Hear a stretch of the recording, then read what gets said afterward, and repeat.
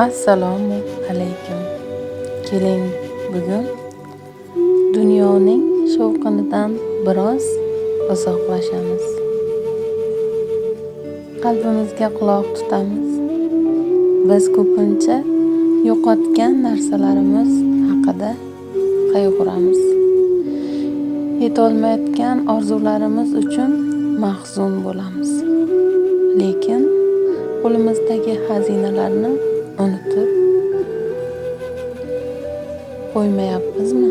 Bugun keling biroz to'xtaymiz, o'ylaymiz va shukr qilamiz.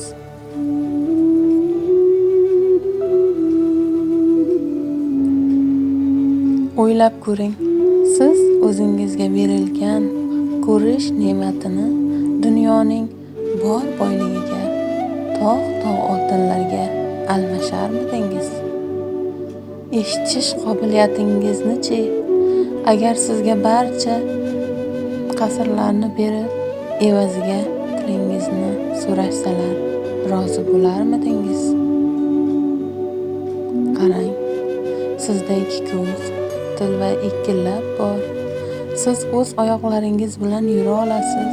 Hozir ayni damda hech qanday qurilmalarsiz erkin nafas olyapsiz.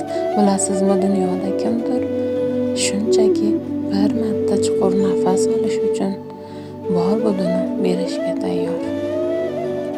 Siz esa yuribsiz, ichyapsiz, kiyyapsiz va hayotdan zavq olyapsiz.